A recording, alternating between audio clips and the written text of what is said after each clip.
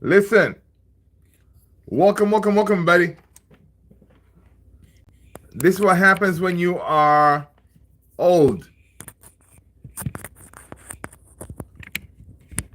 Guys, welcome, buddy. This is what happens when you decide to say, you know what, man? Yeah, United took care of business, and I'm going to go ahead and take care of business. I'm going to go ahead and take a quick nap.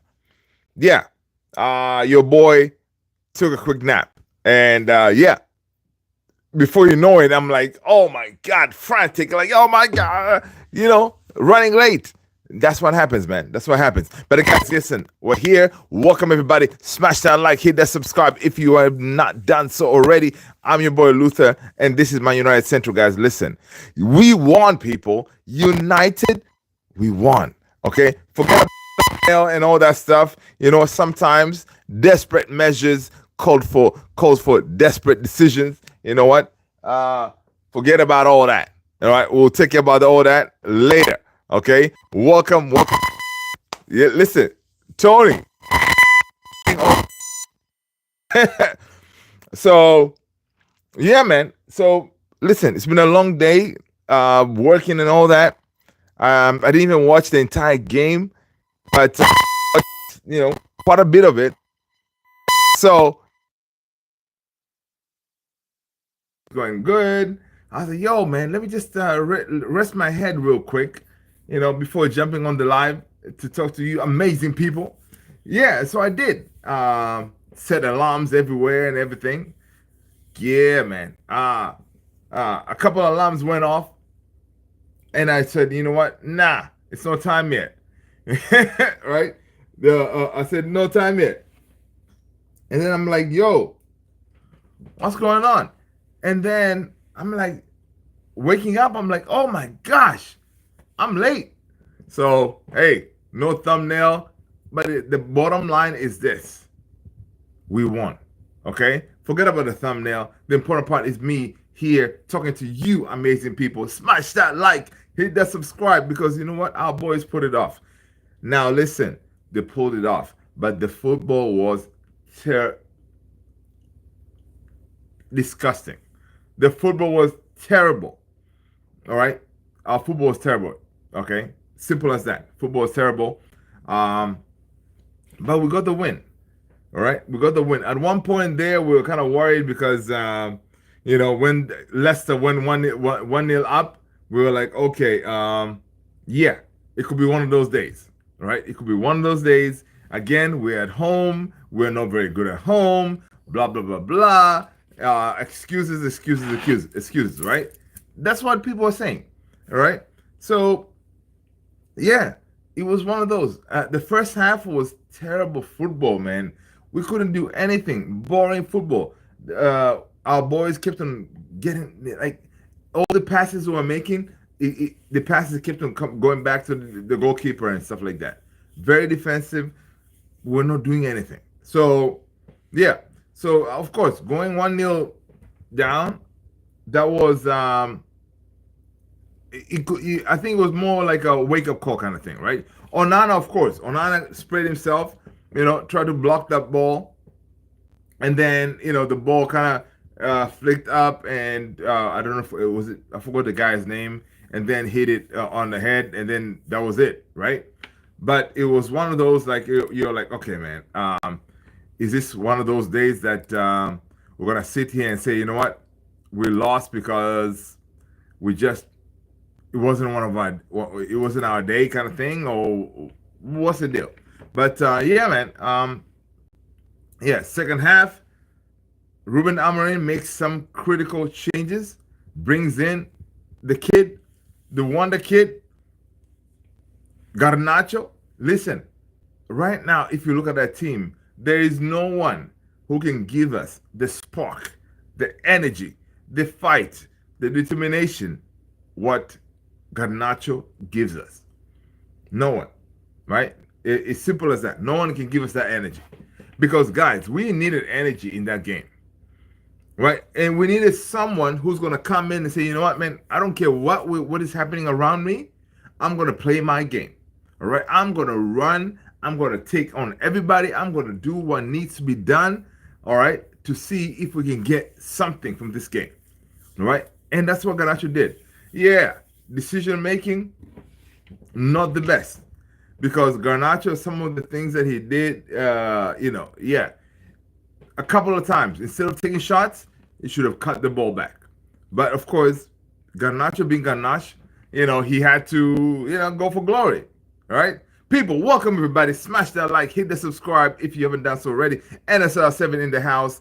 Tony, welcome, my brother. Good to have you here. Again, people, again, I do apologize running late. Yeah, I did oversleep. Simple as that. All right, I did oversleep, and you know what? Listen, I am not perfect. Things happen. Okay, getting old again. It's not a good thing. Yeah, so it's like that. I was on time, and then I said, yeah, let rest my head a little bit, and then when that happens, you become late. So yeah, but yeah. So yeah, man, Garnacho comes in, and then he gives us more impotence, more energy, and then also, hey, Joshua Xerxes. Joshua Xerxes. Hey, Joshua Xerxes. Listen, man, Joshua Xerxes comes in. He's like, listen, coach, put me in, coach, put me in. And listen, he came in and he got his goal. I think that will really give him some kind of belief and energy next time we play, because he got his goal, man. He had to be at the right place at the right time, but that was, yeah, it was a tap in kind of thing. But also, him coming in also gave us another level of energy, right? So he definitely helped us big time by coming in and you know, help us in the creative front, right? In creating what we need to creating, holding the ball up and all this stuff. So that was good, because now you have Joshua Xerxes and Rasmus up top. They worked really good together, right? Yeah, so it was good. Let's see what somebody's saying. Joshua better have gotten that. Yeah. Oh my gosh, dude, can you imagine, Tony, if Xerxes missed the sitter right in front of the goal, right? That would have been not a good situation, right? That would not be a good situation, man. So I'm glad that he got that in, because it was a tap in, right? It was a tap in. But yeah, but before that, you saw what our boy Rasmus did. He tried to do a quick flick behind his leg kind of thing. Tony, try that on your next game, man. All right. When you're playing. Next game, man. All right. When you're playing this game, man. Oh. What's up with that? What's up with that? Yeah. So next time you're playing, man, try it. Do that flick, like what Russ was trying to do there. But if he scored there, that would have been a really good game, a goal, right? It would have been a really good goal. So yeah, let's see what we got. NSR7 saying that yo, thank you for the support on that fire edit, dude. People, NSR7 is on fire, man. Go ahead and support the brother. He's doing his thing. He's trying. He's doing some amazing work. The last edit took him, I think he said 3 hours or something like that. So yeah, this is not easy work, guys. It's not easy work. Yeah, let's support each other in all our endeavors, guys. Again, if you have your own channels, whatever, drop it in the in the chat, and people over here will be more than happy to join in and support you. All right. So yeah. So yeah. Let's see what else is going on. Yeah. So yeah, man. In short, that was, it was really our game, but it was one of those that it was frustrating, obviously, because we couldn't really do much. We couldn't string passes together. We couldn't do any, like, we were not really playing well. You know what I mean? We were not playing well at all. Our back, oh yeah, our back heel flick. Teammate did a give and go. My heel didn't connect perfectly, So it went behind him, and we lost the ball. Okay, Tony, that's what's up. Listen, dude, the important part is that it's gonna be in your head. Next time, you're gonna execute, baby. You're gonna execute next time. So it is good. It is all good. So long as you have that in your arsenal, knowing that okay, if I do this, I do that. Um, someone may go ahead and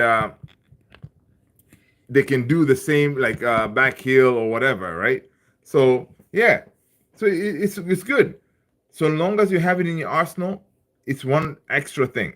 You know what I mean? Yeah. So that's what's up.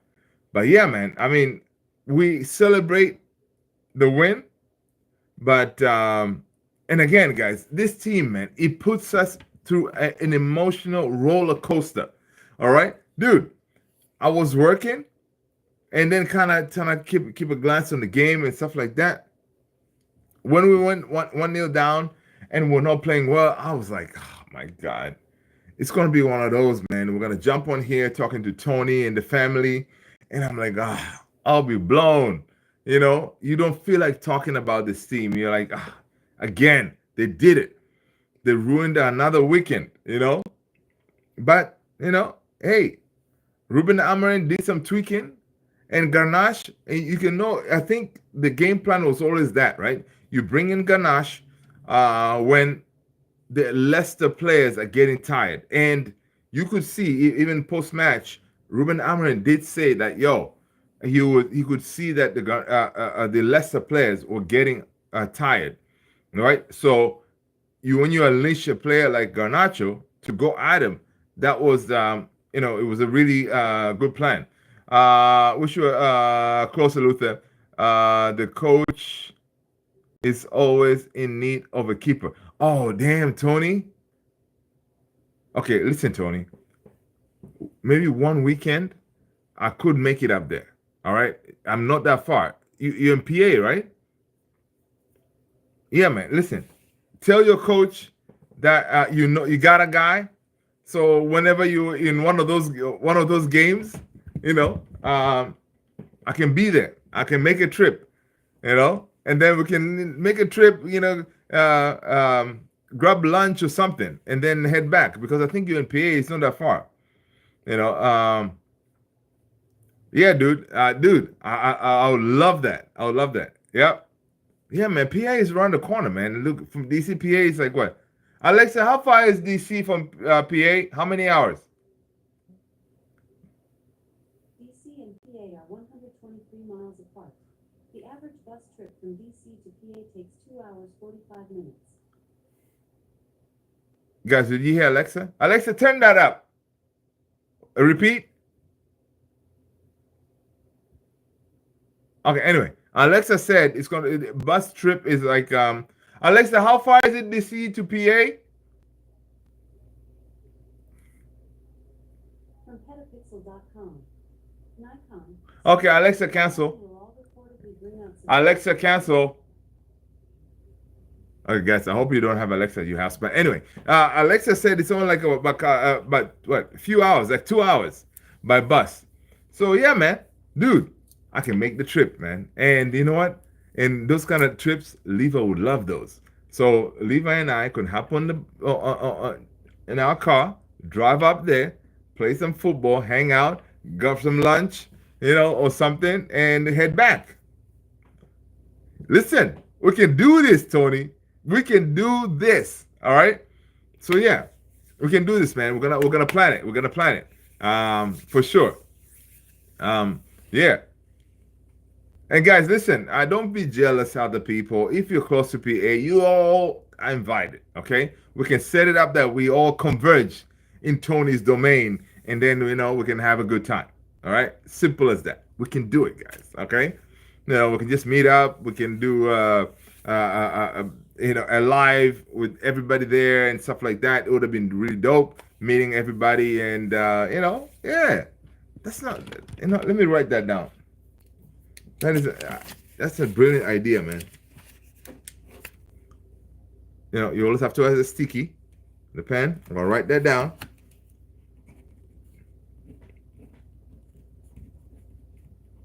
Give me a second. I'm taking notes.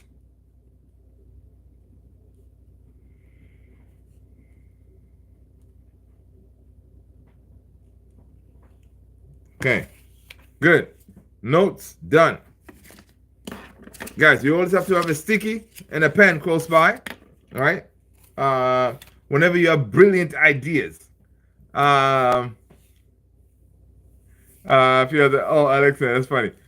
Tony saying I will definitely keep that fresh. Yeah, man. Of course. I'm not even officially on the team. Yeah, dude. It doesn't matter, man. It doesn't matter. But as you said, people always like most of the teams. They always need folks to come in and play and all this stuff. Yeah, man. Man, that'll be dope. I am so excited already, man. I'm not even there, but I'm so excited. So yeah. Okay, okay. Cool, cool, cool. All right, back to United, man. Back to United. Uh, Thanks, Tony, over here, taking me off course. But of course, I did not really have a course that I was following. Right now, we're just like, ad libbing and trying to go with the flow kind of thing because your boy over here decided to take a nap. Uh, because I decided to take a nap. Sometimes you gotta take a nap, man. Your body tells you differently. Okay. You're New Cumberland, PA. Okay, cool. Ruben Amorim said this on Rasmus Højlund. He said a striker needs a very good team to deliver very good balls for him, and we are not helping our strikers at the moment. This is one thing that I really love about this manager, right?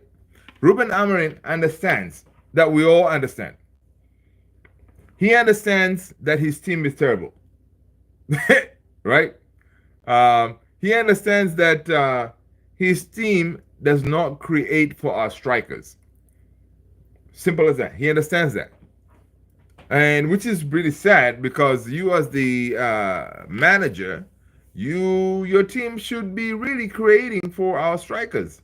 So what is the problem, man? But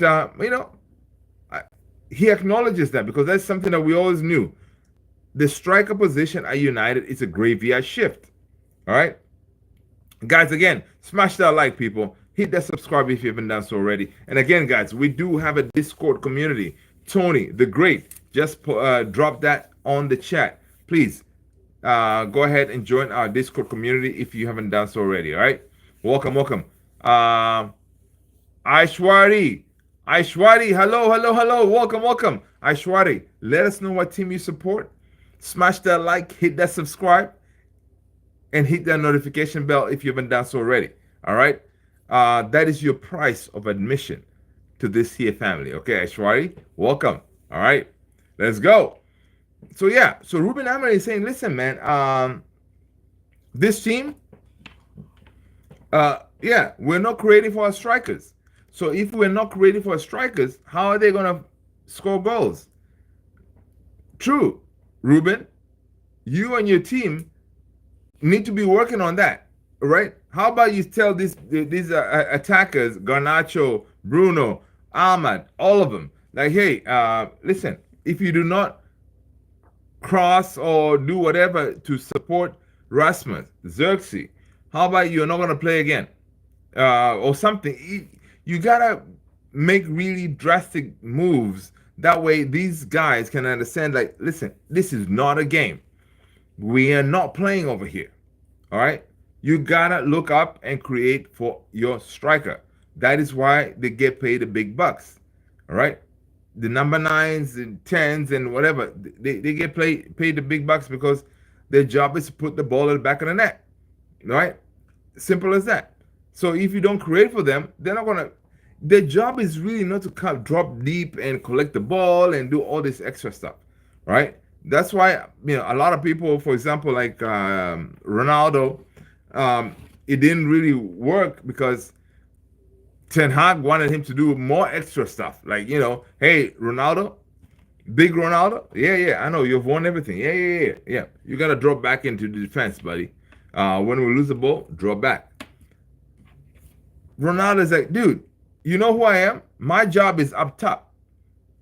My job is not to help you guys in defense. My job is to sit in that box and do what I do on that box. All right? Bang in goals. So I'm not going to drop back and do all that defensive work. That is beneath me.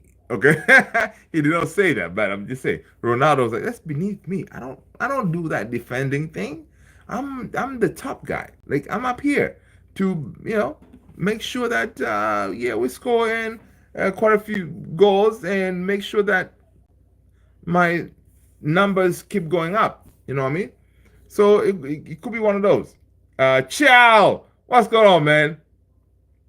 Chow is saying same shite every week. Yes, dude, our team was terrible, guys. Our team was terrible, man. Like we could not do anything. Like simple passes. I mean, first half we kept on playing the ball back to goalkeeper and all this stuff. It was just terrible, terrible, terrible, terrible football. We were lucky. All right, guys, we were lucky winning that game today. Absolutely, we were lucky because we did not deserve it. Second half, yeah, maybe you can say we were because after Garnacho came in, and even Xerxes, when Xerxes came in, we played better. All right, but first half, oh my gosh, you know, it was one of those like you kept on feeling like, oh, okay, um, I think Rude here may be able to pull off something, right? And it's one of those like I was like, man, I hope he doesn't, man, because it would have been terrible, man, losing at home. Uh, Losing to Rude too. Yeah, he's our legend and all this stuff, but yeah, it would have been terrible to lose to him, man, because that was a second string Leicester team, right? And imagine a second string Leicester team gave us that much problems when it comes to try to win that game. It's just madness. Honestly, it was just madness that we were not able to go ahead and pull off that win easily.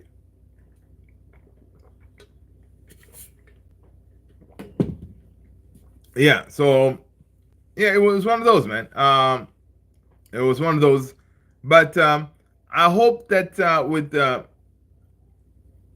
Xerxes scoring that goal, I hope it gives him some of that confidence back. You know what I mean? Because with strikers, what matters is confidence, right? When the strikers are confident, then it's gonna build them, right? Again, it was good. He was thereabouts, and also he needed some calmness to actually be able to dispatch the ball. Right, to the ball came to him. It was very quick. He looked well. The goalkeeper was, and he went ahead and dispatched it to the right place, and that you got to give it to him. It was not that easy. People think, oh yeah, it's just a matter of tapping in. No, it could have we have seen through history. I'm not gonna remember who did it, but a lot of people have missed the goal right from right there, right in front of the goal, and you can smash it, and the ball can go way off. Stuff has happened, right? So yeah, so a big up for Xerxes, man, to get that to score that goal, and we needed it because once we did that, we kind of had that belief.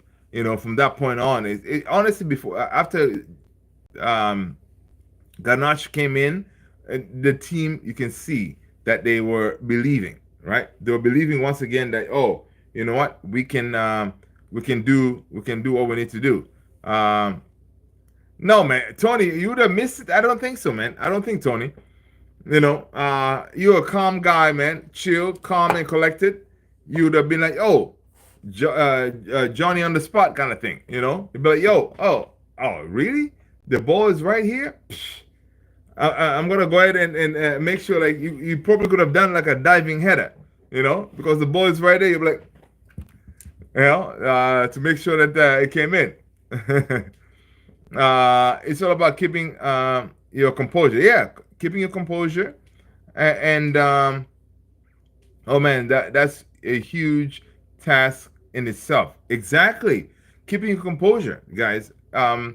Those of you guys who are young strikers out there, trying to score goals.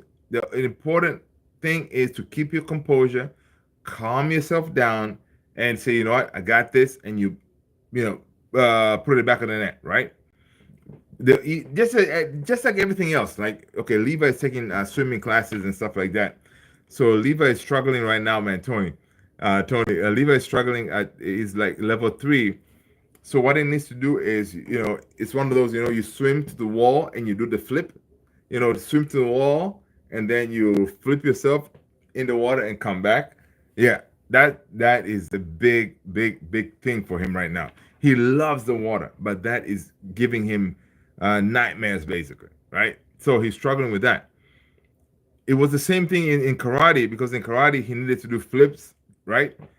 We I worked with him, and then he was able to overcome that, right? So I said the same thing is even in the water, you got it's the same thing, but even in the water it's easier because when we're doing it on the ground, like to do the flip, like either you run and you do the flip on your head or just flipping, you'll be like, oh, when we're doing it on the ground, you'll be like, oh my God, I can crack my head, I can break my neck, I can do all this stuff. And I was like, no, that's not gonna happen. So anyway, we worked at it. He got through it. So now swimming, he was like, oh my God, I cannot do it because what if I do that and then I lose air and all this? I was like, man. So it's one of those. Um, Basically, he's a really good swimmer, but he whenever he does that going to the flip, he panics and then he forgets that, oh, I have enough air, I can do the flip and come out. So yeah, it's one of those, man. It's crazy. Uh, yeah, dude, I know. Yeah, it's been like that. We've been working at it. Yeah, he'll get it. He'll get it. And I've also told him, like, listen, just like you're struggling with the karate flip, you're gonna get it, and then you're gonna be like, oh my God, daddy, that was so easy. I don't know why I was stressing about it. That's him. Usually he does that. So when he gets this, he'll be like, and I told him the same thing. Remember what I told you about the karate part? It's gonna be you, and then you're gonna be, oh my God, daddy, this is so easy. I don't know why I'm stressing about it. Yeah. So once you panic, like with him, you forget that you have enough air to do the flip and also come out. And whenever that happens, his head is in the water, panics, and then it fumbles, and then it becomes a whole issue, right? But yeah, man. So absolutely, composure when you're right to execute is very important because you forget your training when you are fumbling. You know what I mean? So yeah. That being said, Ruben Amorim said, listen, a striker needs a very good team to deliver very good balls for him, um, and we are not helping our strikers at the moment, right? So honestly, that is true. That is very true. And I don't know how Ruben Amorim is going to work on that to make sure that they help the strikers. Simple as that. All right, people, smash that like, hit the subscribe if you've been done so already. All right. Ruben Amorim on if we will see more of Dogu on the right hand side. Listen, that was another very interesting situation, right? We were like, okay, Dogu is supposed to be that guy who want to deploy on the left hand side, but no. Again, Ruben Amorim with the carve ball, he deployed him on the right hand side, right? So what did he say? So the question was Ruben Amorim on if we will see more of Dogu on that right hand side. Ruben Amorim said yes, yes, yes. If you see the history of Dogu, he played a lot of games on the right, okay, and we have to have wingers that can play both sides like Dalot. All right. So again, that was part of the profile of a player that they needed. That's what they look for, right? They look for players who can play in multiple positions, right? That's the team that he's trying to build. Okay, so you coming in, Tony, you can play as a striker, but you better have another position you can play. I don't know, it could be a goalkeeper, okay, and you have a chance of making that team. When you're versatile like that, it helps. So like Dogu, obviously, I think he played well, guys. I don't know what you guys think of how he performed today on his debut. He played well. A lot of us were very excited, man, to see Dogu in that lineup. All right, I was really boosted, man. Today, I had to go into the office, and we had a company function and all this. So I was kind of rushing. Even the last video posted on the channel, at the end of it, you couldn't hear me talking, but um, because I had to do it on the road on my phone and stuff, and I was rushing to come to see if I can catch some of the game. But yeah, basically like seeing Dogu in that lineup, there was some hints. Like a lot of people, there was some leaks. They were saying, "Oh, it could be like a Dogu Ahmad situation being unleashed today." Blah blah blah. So this was earlier before I even left for the company event, right? And yeah, so when I saw the lineup, I was like, "What? This is true. Dogu is starting." You know, from the jump, which is really good. We need it. We need him to get a feel of the Premier League, right? To get those cobwebs off. You know what I mean? To have that feeling like, you know what, I can do this. All right, and I think he did a good job. I don't know what you guys think. Only got to see highlights. So Dorgu take a shot. Wasn't yeah, man, dude. Tony, I know he played well, man. He played well. He was it was weird seeing him on the right hand side because all of us expected him to be on the left. He did play well. He played well. He was able to challenge some take-ons. You know, he was him and Ahmad linked up pretty decent together. So I think we're gonna see more of that partnership. But I don't know. I think I really want next game we play. I want to see him on the left. All right, I want to see him on the left. We need to get rid of Dalot on that left hand side, man. Dalot on that left hand side, a lot of us we have nightmares of that. So we don't want to see that. And was Dalot any good on that left hand side? No, the usual. He struggled. So maybe next game, now that he's made his debut, he's gonna be more calmness because post match interview, Ruben Amorim did say that Dalot was he could see that he was anxious. Obviously, come on, man, you're playing at the Theater of Dreams. Um, uh, just you stepping on that hollow ground, you can understand how many people, how many players stood right there where you are, and they killed it. Right, so there's a lot of pressure. Right, there's only one person that I can think that may not be able to be bothered by that pressure. Maybe Tony. All right, maybe Tony. But most people, you struggle. All right, when you step on that pitch, you're like, yo, Best, Ronaldo, Keane, Cantona, Sheringham. I mean, you name it. The list goes on and on and on of these legends who really, stepped up and did what they need to be done. So you, young kid in Dogu, stepping up, say, yo, it's a lot of expected of me in this game. And also, if you watch and read some of the social media, you're like, yo, everybody's like Dogu this, Dogu this, Dogu. People expecting you to be this game changer, this person who's gonna be like, oh, transform United to be able to play better. Yeah, we didn't see that today, guys. We didn't see that, but he gave us something different, right? His pace, tracking back. Um, we didn't see. Did we see any crosses from him? No, we didn't see any crosses, but he was willing to get into the box. Him and Ahmad, they were connecting pretty decent, right? So I think we may see more of that going forward, which is pretty interesting because I was really hoping that he gets deployed on that left hand side. That way, Dalot can go to his natural right hand side. But it could very well be that the reason why Ruben deployed the team this way is because of injury situation, that kind of thing, and that's why we rolled the way we did. You know what I mean? So we shall see. We shall see. Let's see. Ruth Van Nistelrooy said, we were not defeated in Fergie time. We were defeated in offside time. Okay.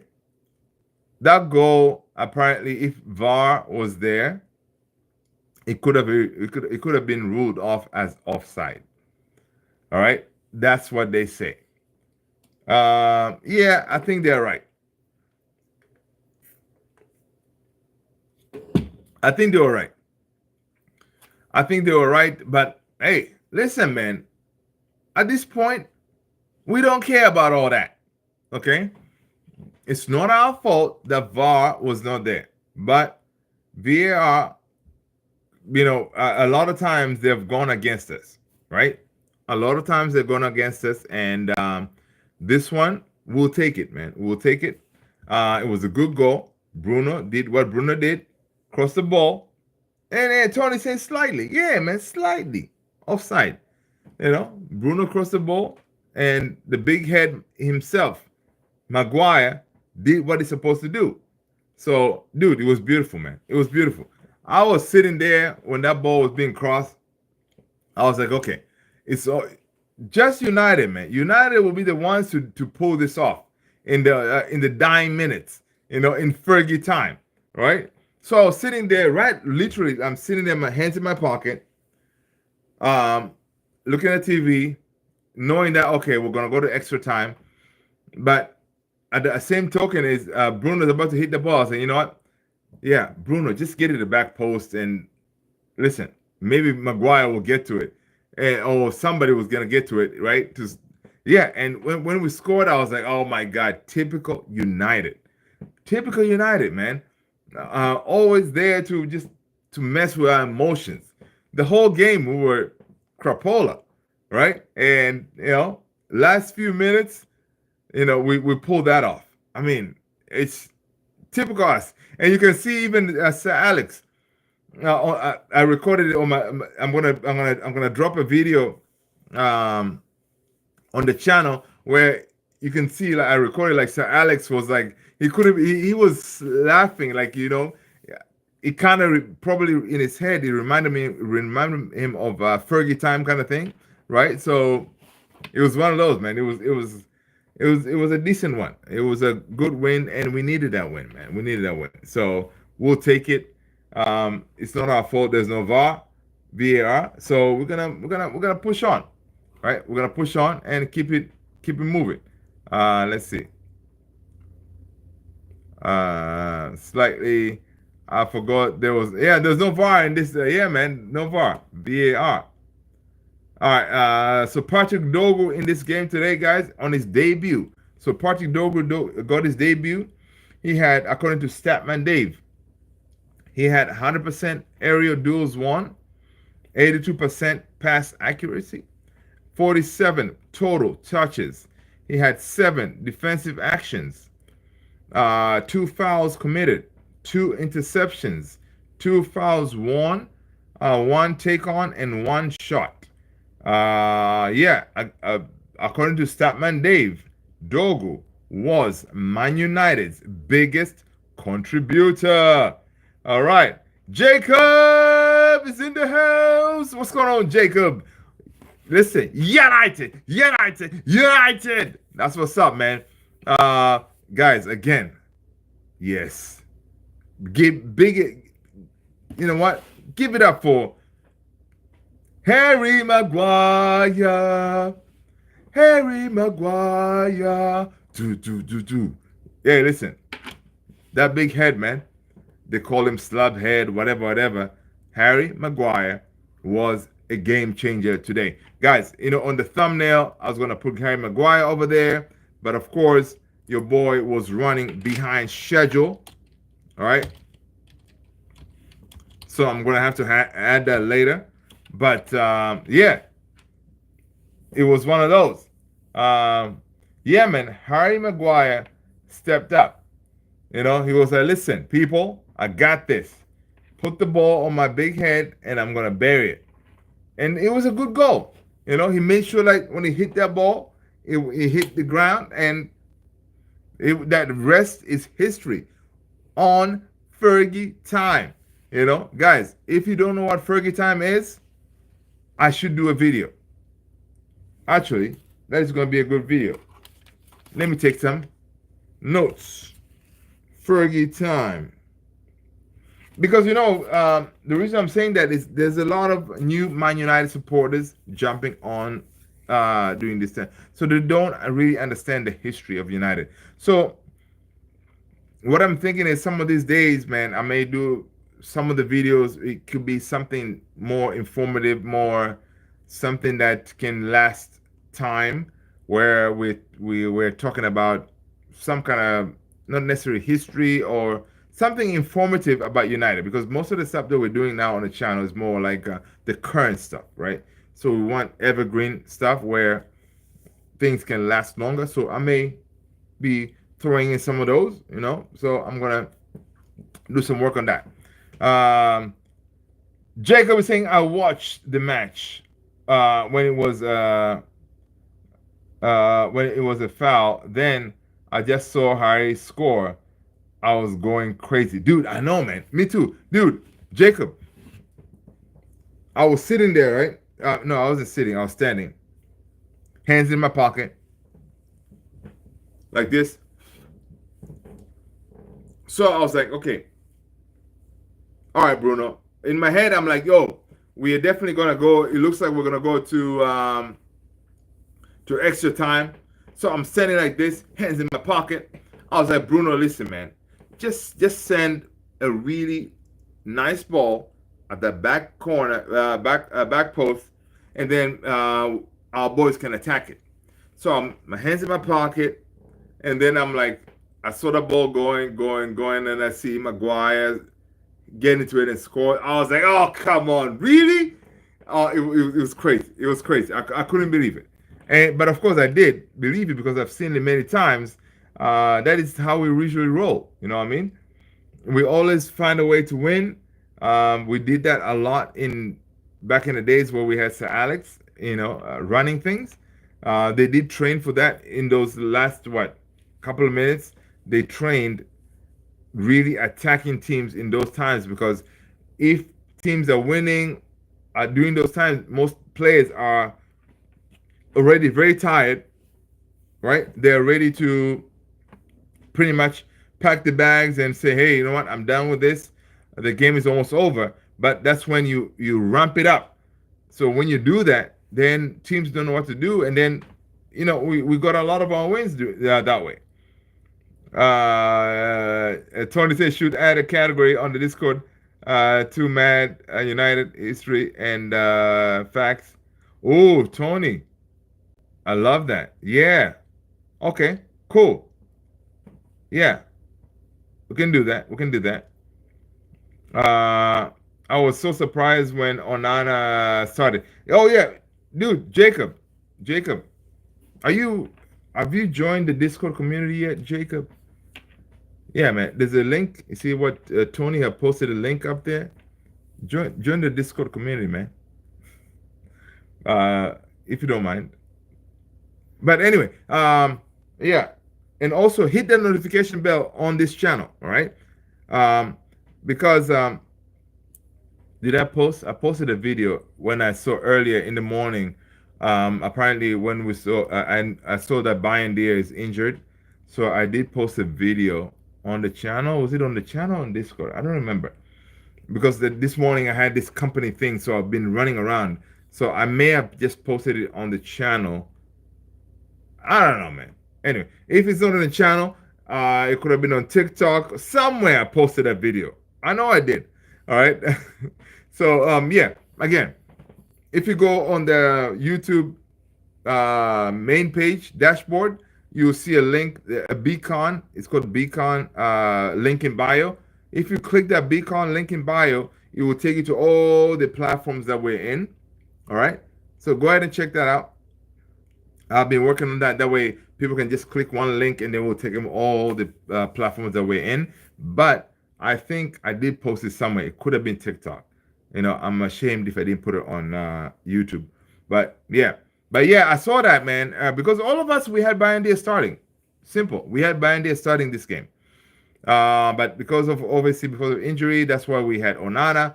Again, that goal really Onana tried to prevent it. It just, the ball bounced back and I forgot the guy's name, and he put it away. But I don't think Onana did that bad. He didn't do bad today, honestly. because he did react correctly with his feet to prevent that ball from going through, and things didn't work out. Right? Are we gonna see Onana again next game? 100%. Yeah, 100%. Onana is gonna be playing against Tottenham. All right, because that is our next game, guys. Our next game is against Tottenham. Is Big Ange? Is Big Ange gonna be around? I don't know. At Tottenham right now, people are calling for Big Ange head, right? So Onana is going to be starting again. So he was all right today. He was all right today. I don't think he did much wrong. So that goal, it was one of those typical United goal. We get a fluke. The guy tried to save it, and the ball still gets close to the head of the striker, and they put it away. So it's one of those. We are not going to be worried too much about it, because guess what? We are through, baby. We are through. Okay? We are the holders of this here trophy, and we are through. All right? Garnacho said this. Amorim, knows what I can do, and that's what I tried to bring. Okay? This is Garnacho now. He's saying that he is a good guy who wants to play good football. We just have to work together, and we'll be a better team. All right? That's a quote from Garnacho post-match being interviewed, right?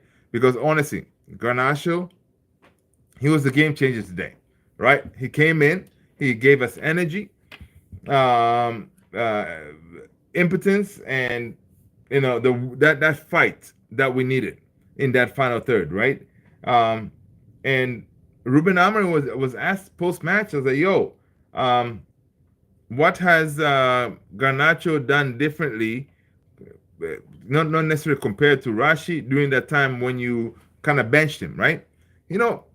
Ruben just said, listen, the kid just trained well. He followed instructions. He took in information that I'm trying to give him to make him better.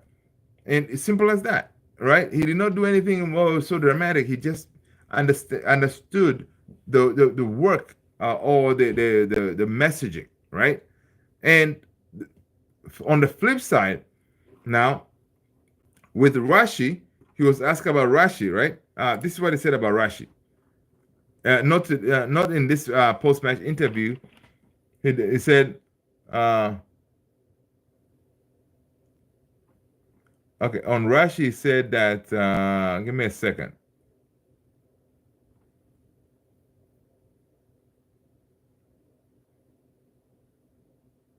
Okay, so on Rashi now, the difference, right? On Rashi, he said, Ruben Amorim, he had said that, it says that what I say is I couldn't put Marcus to see the way you are supposed to play football and to train the way I see it. Okay? And sometimes you have one player who is really good with one coach, and the same player with another coach is different. I just wish the best for Rashford and Unai Emery, and they can connect because he's a very good player. So basically, this question was like the question was like this: if Rashi goes to Villa and kills it over there, all right, is he gonna kind of expose you as not really a good coach or whatever? But yeah, Ruben Amorim said, "Listen, nah. One thing is, it's one of those like I gave Rashi instructions and everything that what I expect from him." And he was not able to get to those levels, right? And I'm not gonna feel a certain way if he goes over there and smashes it, right? Because sometimes players take on information differently from different managers, right? And yeah, and it is what it is, kind of thing, right? So he's not gonna take it different. So Rashi can go over there, kill it. That's what we want, right? Because if it does, then that means more money for us if Villa decide to keep him. You know what I mean? 40 million in our books. You know what I mean? Pure profit. So we shall see. All right. Jacob said, "I wish Rashi the best over there at Villa.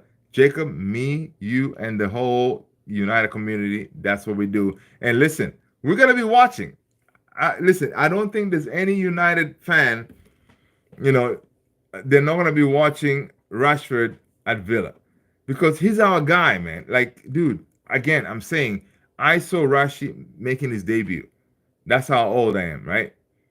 I saw him making his debut because of injuries that we were facing, right? He came in and he smashed it.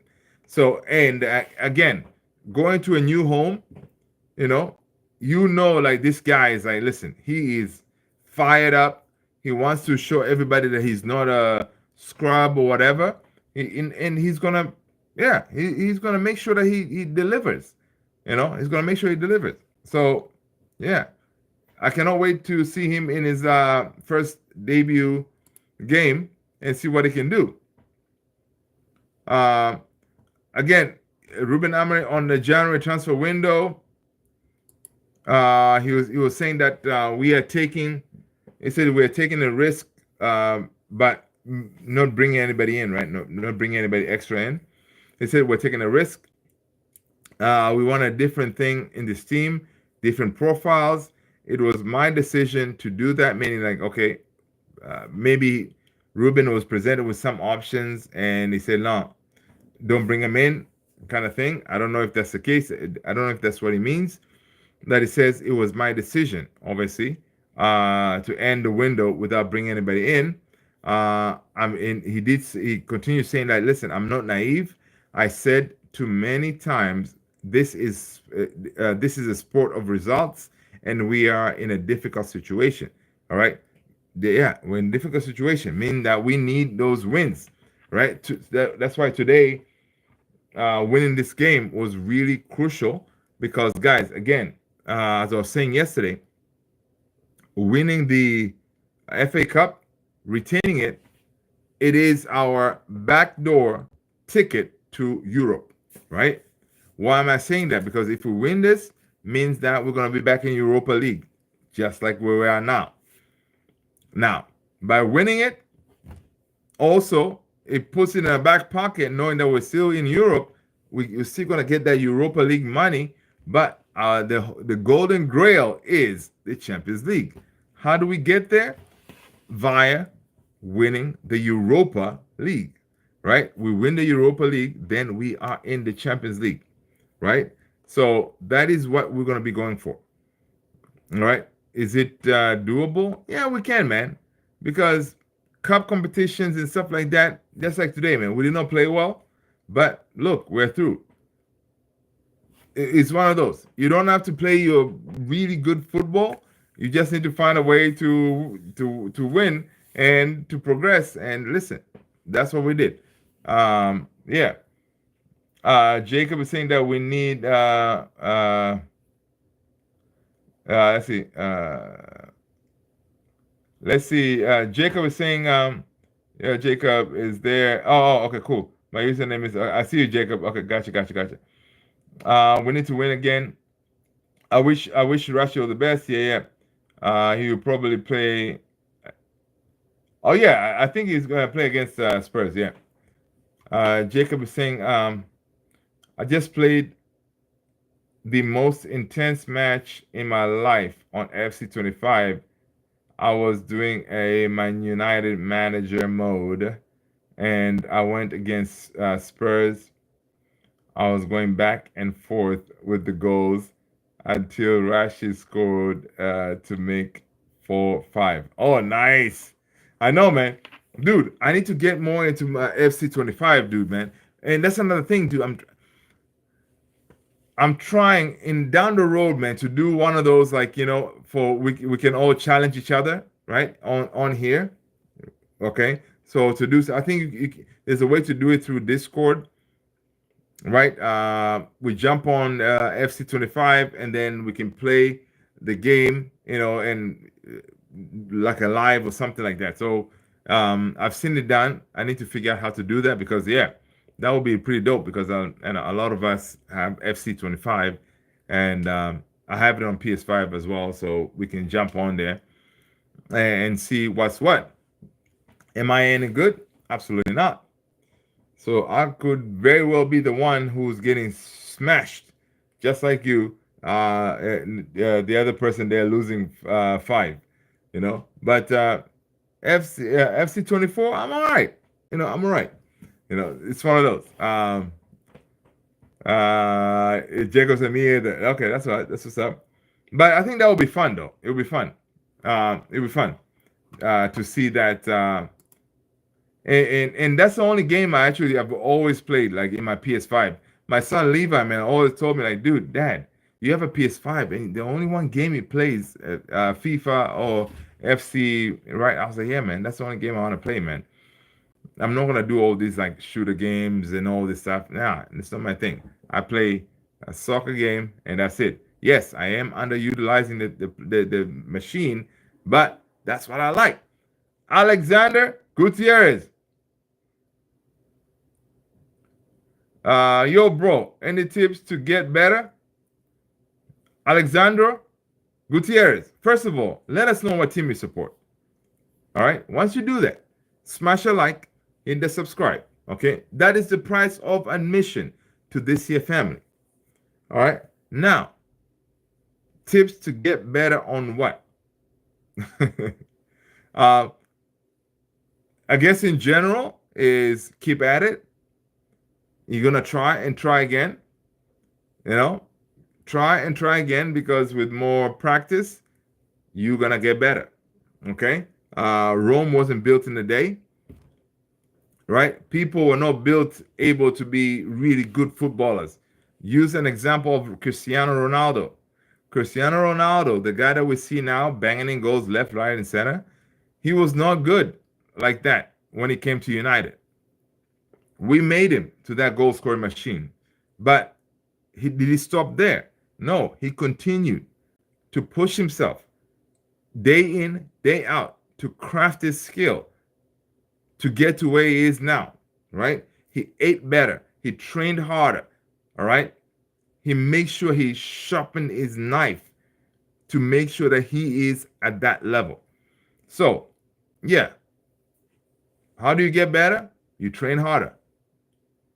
Never get satisfied. Oh, I'm on top of the chart now. I can kind of keep my head down, or just take my foot off the throttle. No, train harder, train faster.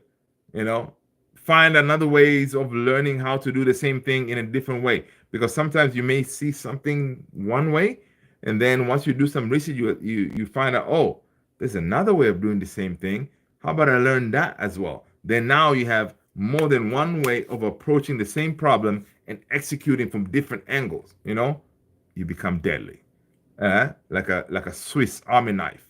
A Swiss Army knife. You can do all these things. Yeah, so like that.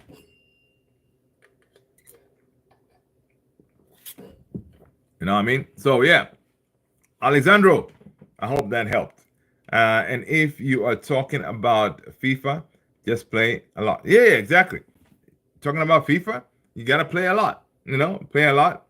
But obviously, if you have a job, it may be difficult. But yeah. Oh, Jacob, you're most welcome, sir. But Jacob, you did not tell us what team you support, man. You did not tell us what team you support, Jacob. Let us know. All right? It doesn't matter. Over here, it's United. All right? United won today. Okay, let us know. It doesn't matter what part of the world you're from. Let us know, man. Because we do have family members over here from all over the world, man. You name it, they're here. So yeah, yeah, man. So yeah, it's simple, Alexandra. Yeah, keep working, keep working, keep working. To make your skills even better. Fabrizio is saying that Harry Kane currently not planning to leave Bayern in the summer and very happy at the club. Yeah, why am I saying that? There's this crazy rumor that United, they may be going after Harry Kane. Why? It's because Harry Kane's release clause is valid at 65 million only in January of 2026. As Bild, this is the publication in Germany, revealed. Okay. Uh, so Premier League clubs are aware, but no contacts so far. Tottenham have matching rights. Kane has the final say. 65 million, it is not bad. Joshua Zirkzee, no, sorry. Gyökeres. I think Gyökeres has similar price tag. Right? Gyökeres has similar price tag in the summer. Obviously, guys, we are going to bring a top-notch goal scorer at United, right? That is our game plan. Would you guys take Harry Kane at United? Would you guys take Harry Kane at United? Let me know. All right. Let's see. Liam Jones. Liam, welcome. All right, bro. This is misnomer to suggest Cristiano Ronaldo wasn't good when he first came to United. He was equipped with all the requisite tools. Who was physical? Oh yeah, Liam. You know. Okay, I'm gonna correct myself. I guess right. Yes, Cristiano when he came to United, he wasn't obviously. I guess what I wanted to say is he wasn't the Cristiano that we see today, right?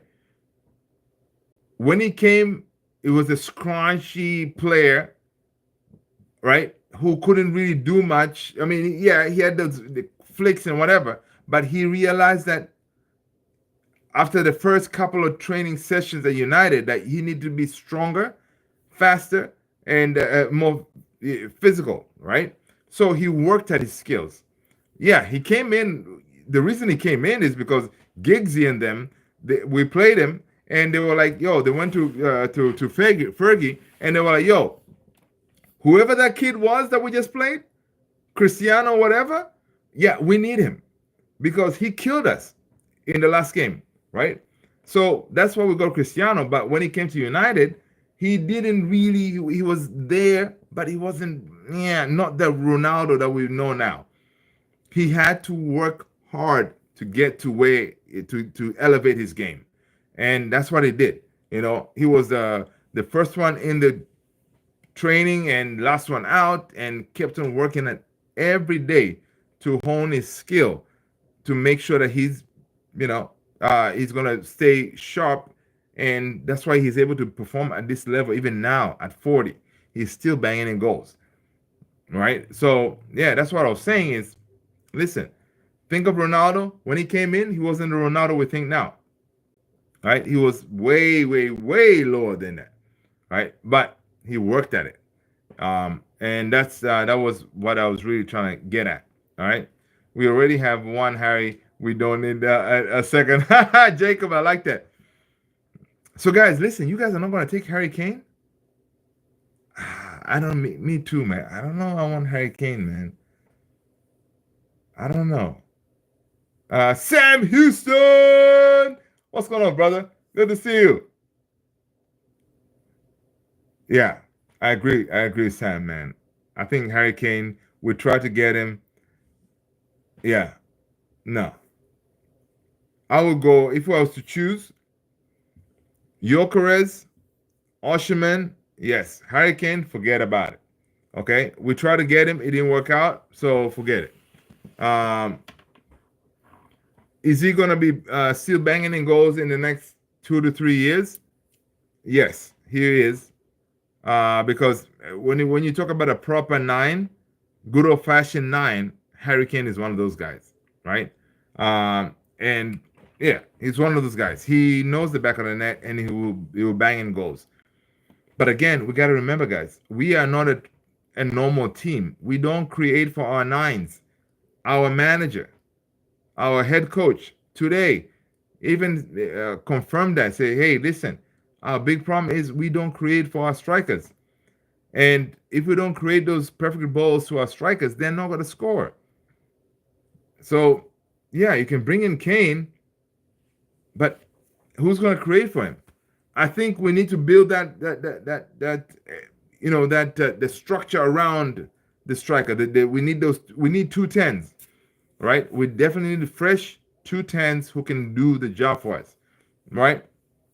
And today I thought Drogo was going to be deployed on the left, but Ruben Amorim deployed him on the right. Again, he did explain that, saying, "Hey, listen, the profile of players that we're trying to bring in are players that are versatile. They can play in different positions. All right. And from the Drogo's history, when they looked at him, he could play on the left or the right. Again, that of course that is very helpful because if we have injuries or whatever, that is helpful. Same thing as the Maz. Maz can play in either position, right? Another one. So Dalot can play on the left, which is not very good, but he can play on the right, which is decent. Today's game, I thought we were going to see more of Dalot on the right hand side and Drogo on the left, but it didn't happen. But again, we just need to chill, right? We may see Drogo on the left at one point, but yeah, I think I don't know. What do you guys think of Drogo's debut today, man? How do you think he did? I think personally, I think he did all right. I think he did all right. Obviously, Ruben Amorim said, yeah, the man had. You can see that he was kind of a little bit anxious, right? He was a little bit anxious, but he played well. He played well. You can see that he does give us that energy. Uh, he gives us that energy that we need. Um, and yeah, I think going forward is going to be a game changer for us. Honestly, especially on those on either side of those positions, right? As a left wing back or right wing back kind of thing. So, which is pretty good. Uh, let's see. Liam is saying that I am not having Jokers. Please, can we remember Luka Jovic was not properly as was Balotelli and Belotti. Yeah, I see what you're saying there. I see what you're saying there. But honestly, I don't know, man. Joker is that guy for me, man. Actually, no, Oshman. I would take Oshman. I think Oshman, to me, it may be a better fit because he creates the fear in defense. Because Oshman is good in the air, he's strong, and all this stuff, right? I like that. And him with that mask already scares defenders, right? Liam is saying it was John O'Shea. He twisted up in the friendly against Sporting. Yeah, I remember that. Liam, you're old goat, man. My boy John O'Shea, I remember that. Yeah. Liam is saying every season there is a striker who is banging in goals, and everyone and everyone wants to sign them. Allegedly, there is a reason Osherman wasn't signed by elite clubs. Yeah, yeah, I see what you're saying, Liam. There is a reason because people are talking about, oh, maybe he's one of those bad apples. You know, why? He was available and no one really went for him. What's the deal with that? Yeah, there is conversation back there. Yeah, people are talking about that. But again, evidence shows this guy, he can bang in goals. He's in Turkey right now, banging in goals. So, whatever the situation is, right? This guy, he's a goal scorer. So, if you just want someone to come in and bang in goals, you point him to a target and he puts the ball away. Maybe those things can be overlooked or something. I don't know, right? It could be on those. But honestly, in the summer, we have to bring in definitely a goal scorer, killer goal scorer, really, right? we got to bring one in because the guys that we have now, Rasmus and Xerxes, they need to learn from someone. And honestly, bringing in Rasmus, um, what is it, like 2 summers ago? Was it 1 summer ago, right? We didn't expect him to be leading the line. He was supposed to be an understudy to someone, experienced, right? So right now, people judging him for not banging in goals, struggling, and all this stuff. He really hasn't had that someone to look up to, someone to actually teach him on what he needs to do, what he can do, how he needs to position himself in the box to receive the ball, but all those things. He's learning on the job because we expected, since we paid like 70 million from him, then we expected him to be our goal scoring solution. But he's not. He's a kid, He's just learning the skill. He was supposed to come in here to be as a developing guy, right? But yeah, it didn't work that way because that's how United roll. He became he was our guy. Everybody expected him to bang in goals, which is not really fair. Ruben Amorim on Rasmus Højlund. He says that a striker needs a very good team to deliver very good balls for him, and we are not helping our strikers at the moment. Right? Simple as that. And I firmly believe, Rasmus, if you deliver perfect balls in that box, he's a good finisher. I believe he's a good finisher. Right? So we shall see. We shall see what happens in the summer. I mean, it could very well be in the summer because there was already talks that West Ham, they're looking to bring, they're looking at Rasmus, right? They feel that Man United may be willing to make a deal and offload Rasmus. They may take him. Would I oppose that? No. I will say, Rasmus, go ahead, go forth and prosper. But yeah, let's see. Liam is saying every season. Okay, cool. Liam is saying, I hear that. I just think Osimhen will be a worse version of Lukaku. I see what you're saying. He isn't powerful, isn't a quick.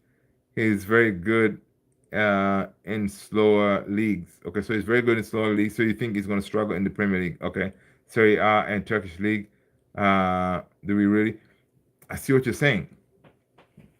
I see what you're saying, but and that's the same. I guess it's the same argument where even if we were to bring in, any top striker out there who is not really Premier League proven, they may struggle in the Premier League because the Premier League is, honestly, a different beast, right? So I see what you're saying. I see what you're saying, though. Good point. Jacob was saying, I'm doing a Manchester derby and Kyle Walker dived, so the late got a red card. That's funny. Liam said, need another striker who relies on service in the box. Yeah. It said we need another striker with the right service in the box. That's the thing. Probably not. You have a good point there. But who's that striker that doesn't really depend on service in the box? We're not gonna be able to get what's his name from Newcastle. I forgot his name. The kid from Newcastle. Dude, that kid, Isak, coming to Newcastle. First season, he wasn't that good. This season, he is blowing up. Right? That profile of a striker, I think, would have worked really well for us. Right? Yeah, he would have worked really well for us. And it's one of those, like, he really doesn't sit there. He's not a Haaland type of striker, expecting those balls to come in, perfect balls and whatever to bury him. So yeah, I see what you're saying. But there isn't many out there that can do that job right now, right? Because whoever we're going to bring in the summer, they really have to be proven. They know where the back of the net is, right? They really have to do that. Patrick Dogu, Manchester United debut by numbers. All right. Did we go through this already? According to Statman Dave, 100% aerial duels won, 82% pass accuracy, 47 total touches, 7 defensive actions, 2 fouls committed, 2 interceptions, 2 fouls won, 1 take on, 1 shot. All right. So he was Manchester United's biggest contributor. Listen, man, the kid, I think he's looking all right. I think he's looking all right. All right. The kid is looking all right. He's really going to help us. Let's see. Guys, we got to give it for Harry Maguire. 93rd minute winner against his former club to keep Man United Cup dreams alive. Harry Maguire, man. Oh, my God. You know, again, people are saying Harry Maguire appeared to be offside for his 90 plus 3 minutes winning goal for Man United versus Leicester. VAR isn't used in the 4th round of the FA Cup. So, guys, do me a favor. Make sure you hop on the Discord. All right? Go ahead and hop on Discord if you haven't done so already. All right? Tony the Great dropped the link for Discord. All right? I'm going to drop the image here, and you guys tell me, was our boy Harry Maguire, was he offside or not? Do I care? Do we care, people? Do we care if Harry Maguire was offside or not? Listen, man. I just dropped the image out there so you guys can check it out. I think it was a perfect goal to me. You know, I don't think Harry Maguire was offside at all. All right. I don't think he was. Right? I think it was an amazing goal. Okay. The man was ready to attack it, and he did his thing. So I don't care what people say. That was an amazing goal, and that's why we are united. Okay? We did it in Fergie time. We did it in Fergie time.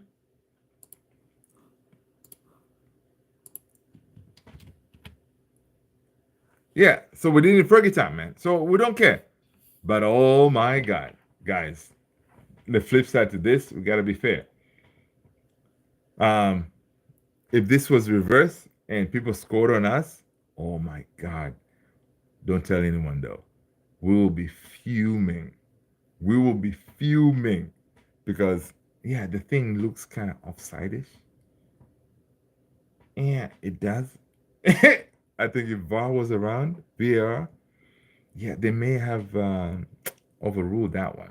Check it out. Let me know what you think. Let me know what you think. All right. But am I complaining? Hell no. All right. We're through, man. Forget about all that.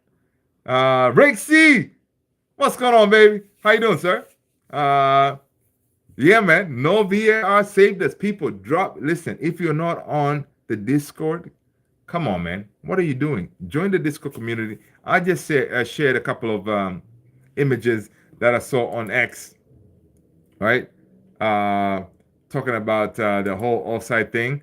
You know, I think it was a perfect goal to me. Even if I was a referee in that game, I would have said, you know what, that is a good goal. Let it through. All right. And just seeing the gaffer himself, Sir Alex Ferguson, with that smile. Guys, did you see that smile from Sir Alex Ferguson? Okay, I know you haven't seen it. I'm going to drop it on the Discord. Check it out. All right? You can see that. You know, Sir Alex was there. You know, I bet he was, as he was watching that game, he was looking at his watch. You know, the classic Sir Alex was like, you know, let's go. Bruno sent the ball. Maguire was like, I got this. Bang. Job done. Game over. We're out of there. You know? And dude, Liam, me too, dude. It warmed my heart, man. Dude, I'm about to when I was doing my like a post match game video thing, I recorded. I had to record Sir Alex on there, so when I drop the videos sometime, Sir Alex was on there. You can see, man, the man was he enjoyed that, So that really warmed my heart too, man. It did, um, it did. So yeah, man. So yeah, big up to Harry Maguire, man. Harry Maguire said, I am proud. It's an amazing feeling to score in the last minute at the Stratford end. Yes. Stratford end, scoring last minute. Right? And then he says that it's something I've never done in Manchester United career. So it's something that I am proud of. I am sure my family and friends were jumping up cheering. Harry Maguire. Harry Maguire. Come on, man. Come on, man. Listen. Harry Maguire is an epitome of people. Smash that like for Harry Maguire. Come on, people. Smash that like for Harry Maguire. Hit that subscribe if you haven't done so already. And if you're new here, I am Luther, and this is Man United Central. I am humbled that you are here with us hanging. All right. So yeah.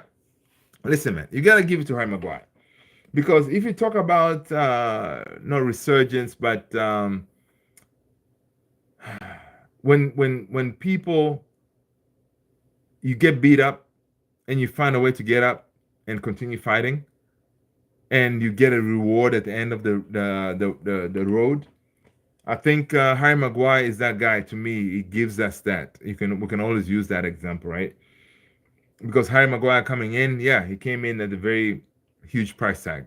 Okay, he was handed the armband because the people that were there ahead of time, there were the players that were there before him, Rashi, i.e., Solskjaer did ask them, hey, you want to be the captain? All of them turned it down. Maguire took the challenge, and he was our captain. Of course, coming in, big price tag. A lot of what's expected of him. Yeah. Fast forward, Ten Hag strips him of this captaincy. Of course, bad performances and all this, whatever, and then gives it to Bruno. But did that stop Harry Maguire to believe that he can actually do a job for United? No, it didn't. It made the guy work harder, kept his head down. In social media, he was killed in the social media, guys. Harry Maguire, he was killed, right? I'm trying to remember if I was one of those guys not really killing him, but saying that he should be sold. Maybe. Yeah, I think I was one of those too. Say, hey, listen, I think his time is over. I was not really, I'm not all about the whole real negativity thing, right? Where you just go at our players, oh, it's crap. I don't do none of that. I'll say, yeah, it needs to be let go, whatever, those kind of things, because it doesn't help anything to be all negative and abusive on our players. No. So I don't support that. That's why we're building an amazing community here where it's all positive vibes. We just deal with football, all right? Facts, and that's how it is, all right? So, yeah, Maguire, he stuck his head down and continued fighting, man. This guy right now, he's one of our really.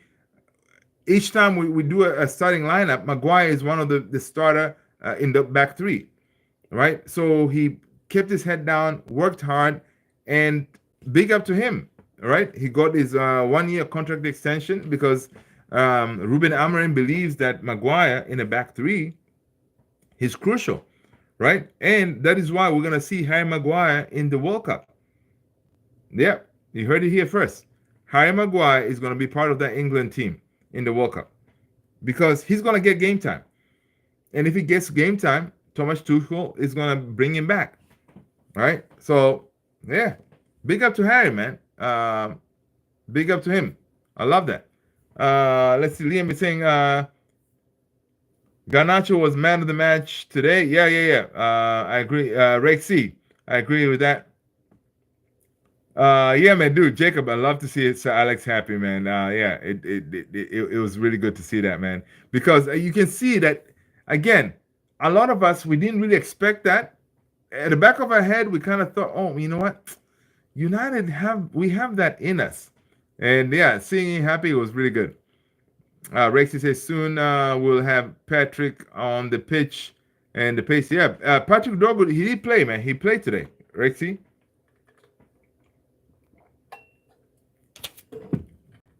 Yeah, Rexy. Patrick Dogu, he did play today. He started. Garnash, man of the match. Liam, he said, it's scary at, no, he said, it is scary at wonderful that Harry Maguire is now our best center back in 2025. I know, dude. I know, Liam. It's madness. Madness, but I love it. I love it. I love it. I love it, man. It's a good story there. I always like one of those stories, man. I like it. Um, Liam, for sure, yeah.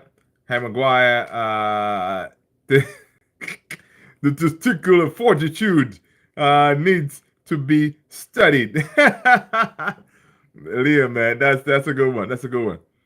So overpriced, of course, making terrible mistakes for 18 months, killed on social media, but his fella, but this fella kept his head down, and 3 years later, he is a very important player. Yeah, man, dude, that's it.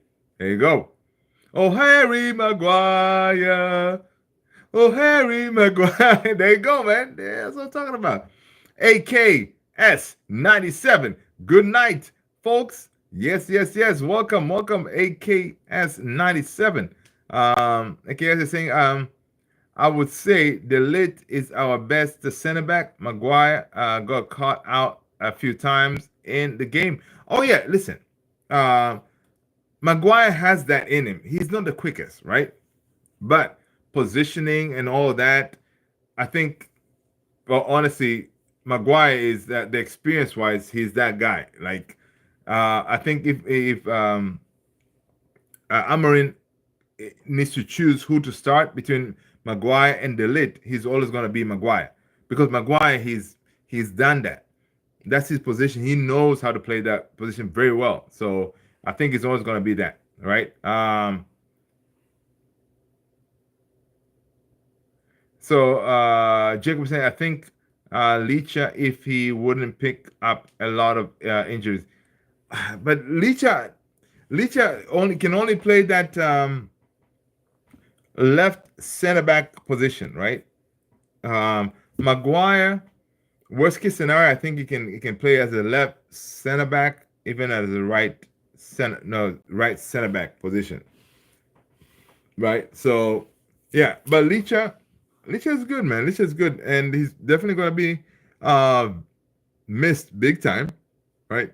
He's definitely going to be missed, man. He's done for the season, which is really sad, right? But yeah, it's really sad. But it's once that I'm glad now this time around, as far as the defense, we are stacked, right? We brought in Heaven, who is supposed to be an understudy to Licha, but now it looks like he may see more game time, right? Luke Shaw, who was supposed to be the one coming in to help us big time with Licha being out. Yeah, Luke Shaw is nowhere to be found. Now it was 4 weeks that we were being quartered, but now we see reports that he could be back training on Monday. Ruben Amorim said he has a slight issue on a I don't know, on a side leg or whatever it is that he didn't have issues before. So it's one of those. Honestly, if Luke Shaw can give us straight up like 5 games playing for us, that will be huge. Because Luke Shaw, guys, whatever you would say, the guy likes to hang out in the medical bay in Carrington, play cards over there with Mason Mount. The guy is a crucial player. He's a really good defender, not as a left wing back anymore, but Luke Shaw is that guy who can really help us tremendously. So if we can get like 5 games from him, that'll be huge, right? It will be huge. So we'll see. Um, Rachel saying, could you have ever imagined Rude would ever manage and we played against him in 20. Dude, Rexy, me, never, never. And dude, you saw the reaction he got when he came out of that tunnel at Old Trafford, man. He's our legend, you know. Big up to Rude, man. We didn't see pictures of him. I don't know. Did he celebrate the goal, the Leicester goal? I don't know. I don't know if he did, or he kind of kept it cool. Because you can, dude, Rude, he's through and through United, man. He loves the club. So even for him, I'm sure it felt weird playing against us. But yeah, it was weird. I don't know if there's any record that a manager has coached 2 teams in the same season, right? That could be another like a record kind of thing, right? Which is very interesting. You coach a team and then you play against them in the same season. So yeah, big up to Rude, man. Big up to Rude. I hope he keeps Leicester up because honestly, I think Leicester deserve to stay up. But the way they look now is not looking good. Let's see. I think Licha wouldn't pick up a lot. Okay. Limited Licha is unfortunately made out of broken biscuits. I know, man. Yeah, man. It's sad, Liam. Could you have ever? Okay, so that. Did Dorgu pick up a knock today? No. Dorgu played well, man. AKS 97. Dorgu played well. He only had 45 minutes in them. Ruud van Nistelrooy, not Ruud. Ruben.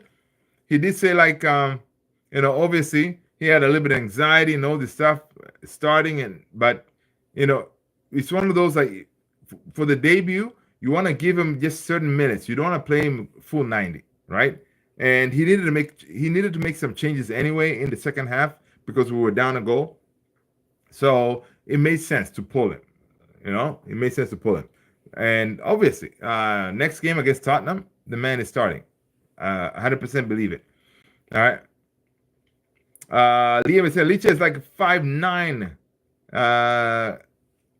It's like 5'9", constantly trying to deadlift 280 pounds. I'm going to, I'm going to get injured. I see what you're saying. Mazraoui with that slide tackle to, oh my God, Rexy, that was awesome, dude. Because, they were going to score. That slide tackle needed to be perfect. It needed to be perfect. And listen, Maz, big up to him, man. The slide tackle, got the ball back. Yeah, there were some good things that we saw in that game today, man. There's some good things. But overall, especially the first half was crap. The first half was crap, man. Yeah, it was crap. Let's see. Rude is that guy. Yeah, Rude is that guy for us, man. Liam, I'm telling you, man, he's that guy. When you see Rude on the touchline, you cannot help but just have this smile on your face. Even today, like imagine he lost after the game. They went to the lounge at Old Trafford. It was Rude, maybe Sir Alex. Giggsy was there, right? Yeah, there was a lot of love going on. Say, hey, man, dude, I know you lost, man, but hey, this is your home. It's one of those. Because a lot of people would have wanted Ruud to stay to manage United, but or be part of Ruben Amorim's coaching staff. But Ruben Amorim did address that. In case you missed it yesterday, we talked about it.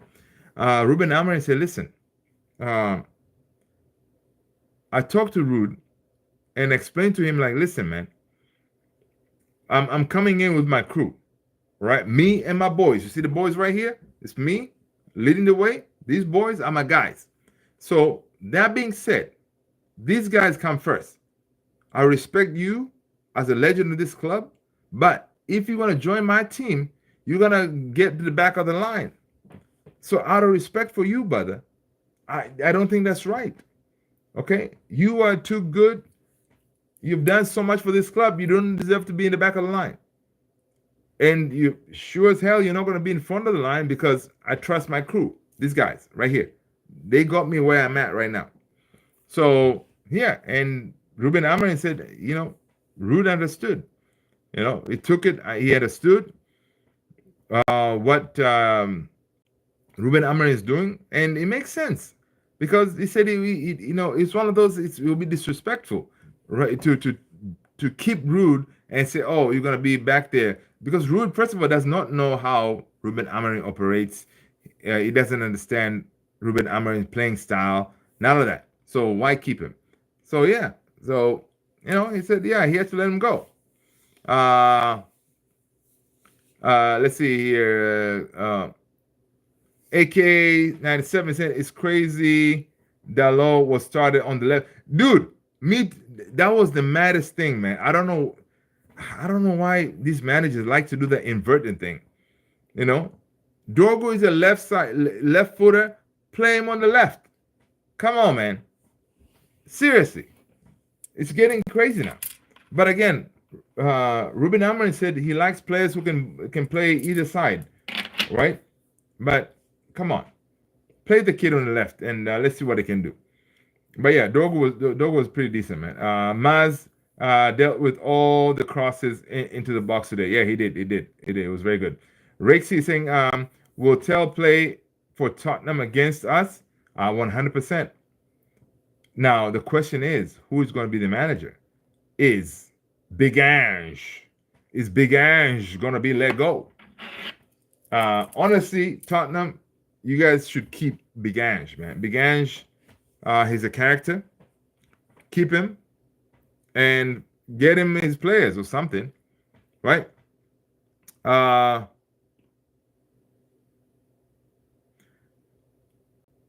Okay, I just saw a report here. I have X right here. This report is from Ekrem Konor. Who is he? Because of course now people are talking about the summer, right? Oh, so Ekrem Konor is a global transfer expert. He has 237,000 followers on X. All right, so this guy Ekrem Konor, he's saying that this is just in. Manchester United are interested in Xavi Simons as part of Ruben Amorim's search for dynamic attackers suitable for his 3-4-3 system. RB Leipzig are open to selling Simons for a profit after acquiring him from PSG for 42 million. So Xavi Simons, I don't know.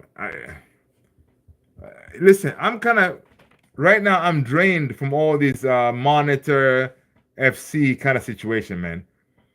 Because we were linked to everybody and their mother, and at the end of the day, it all what matters is who we offload, how much money we can bring in the summer. So yeah, Liam is saying price dependent. Exactly. So it will matter who goes. Now, Rashi goes out there at Villa and kills it. Villa gives us 40 million. Good. That will help. Jadon Sancho, obviously, we're going to get the 25 million. He's not coming back. Anthony going to Betis, right? If they like him over there and they're willing to give us some kind of money, yeah, we'll take it. So it will definitely involve, it will matter how much money we can get in. Yeah, with Anthony, we're going to get a loss. Even with Rashi, we're going to take a loss. But with Rashi, the money coming in is pure profit. So you can do quite a bit with that kind of money, right? Of course, in the summer, we're going to be losing Christian Eriksen, Johnny Evans. We're going to be losing Lindelof. Who else is going? Casemiro is staying. I don't see anybody coming for Cass, guys. So relax, right? Now, because this window we're thinking like the Saudi league that will come for Cass to help us with that big salary that is on, right? Because if we offload Cass, then he's the one of the few last ones because Cass and Bruno right now I think they're the highest paid players at our club, right? So we did very well offloading Rashi and Anthony, right? So now if you can do something with Cass in the summer, it's going to be a big thing. But I really don't think Casemiro is going to go anywhere, all right? Which is pretty crazy because you have 300,000 K a week sitting on the bench. Come on, it's a waste. It's a really waste of money. So I think Ineos they're definitely going to try to find a solution for Casemiro because obviously Ruben doesn't rate Casemiro like that. So yeah, um, let's see. Yeah, we definitely need Rexy saying we definitely need a proper number 9. Yeah, I don't want Simmons to be honest. Yeah, me neither. I'm not excited about Javi Simons. Yeah. Rashford is key for PSR. 100%. Man of the match for this game. Man of the match for this game is Garnacho, man. I think Garnacho is the man of the match. And even that, man, Garnacho, guys, remember that goal? Like Garnacho almost scored. And that Leicester defender, man, cleared that ball on the line. That was crazy defending, man. Dude was boosted too, man. He got up, yeah. He was beating his chest and said, yeah, I did it. Yeah, big up to him, man. Because that was one of those, like, it felt like a goal scoring chance for them. Because Garnacho, he felt like he scored. And of course, Garnacho had some moments where he could have really done better, right? Cutting the ball back instead of going for goal. And also, this is another thing that I don't understand with our team, right? If the ball goes to Garnacho, his job is to get the byline and cut back. Why our strikers they're not bombing into that box, right? Because a couple of times Garnacho cuts it back. There's nobody in the box. Dude, simple, common sense. The ball goes to Garnacho, Rasmus, Xerxes, bomb into the box. Heck, everybody, man, Bruno, you name it, everybody get in the box. Jeez, I see that winning purple line. Jacob saying wasn't he linked with the Roma? Yeah, man, Xavi Simons, yeah, he was linked to Roma, but I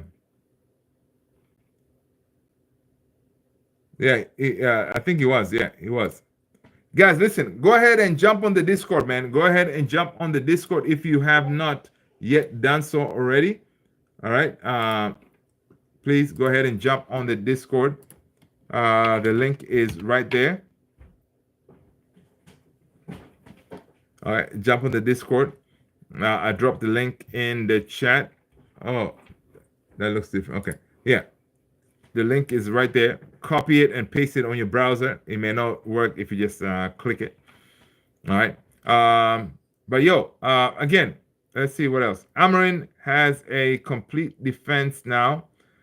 Just need them to understand each other properly, and we can prevent goals and get clean sheets. Yeah, man. That is very true. He does have the pieces right now. Yeah, we lost Licha. Obviously, we don't have Luke Shaw, but still, he has a good profile of defenders that can sustain us during this time where we're trying to secure some wins and stuff like that. Still, set pieces, yeah. We still, of course, today we suffered that big issue of cutbacks. You see a player going that byline, you expect a cutback. All our defenders, especially Maguire today, he should have anticipated a cutback, right? He should have anticipated it.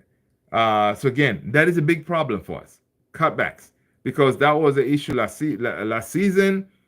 It's continuing. Cutbacks, common sense, man.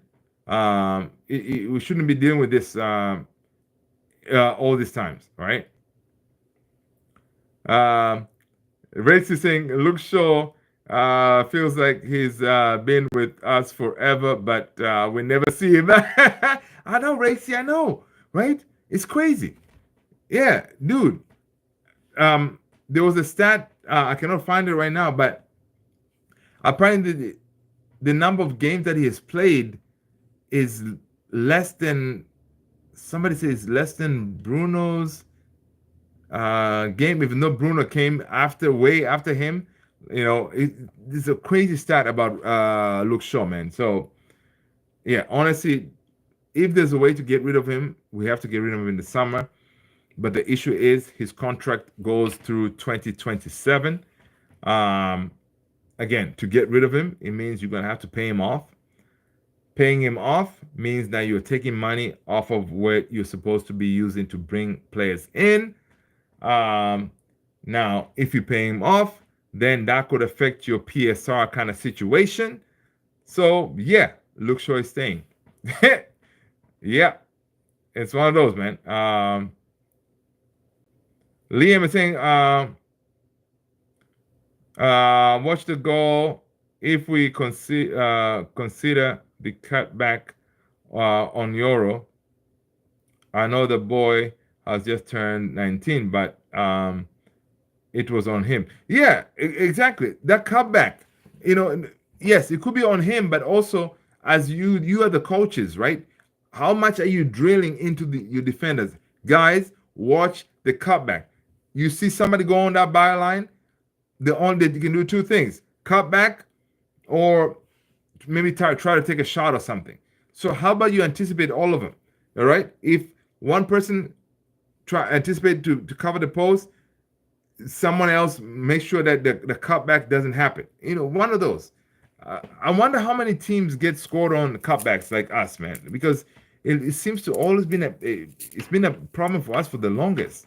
The cutbacks, which is pretty nuts. Pretty nuts. It is pretty nuts, man. But let's see what else we got going on. Harry Maguire, man. Harry Maguire today, man. He's gonna go to sleep with a big smile on his face, man. He's gonna go to bed with a big smile on his face.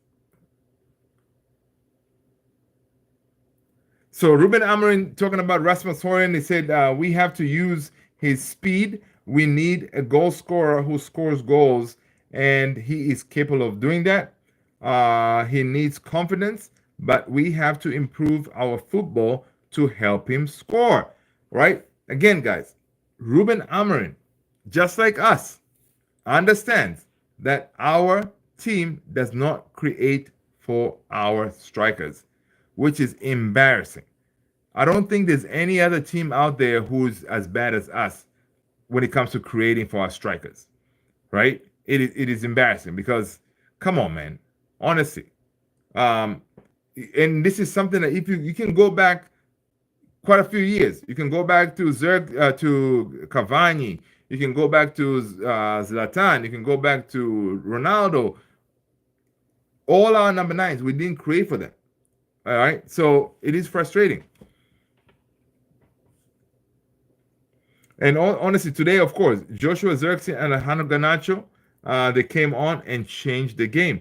So big up to Ruben Amorim for making those changes. He saw something and said, "Yo, I'm gonna have to throw in Zirkzee in here to change this game," and they did. Big up to that to the manager for making those changes.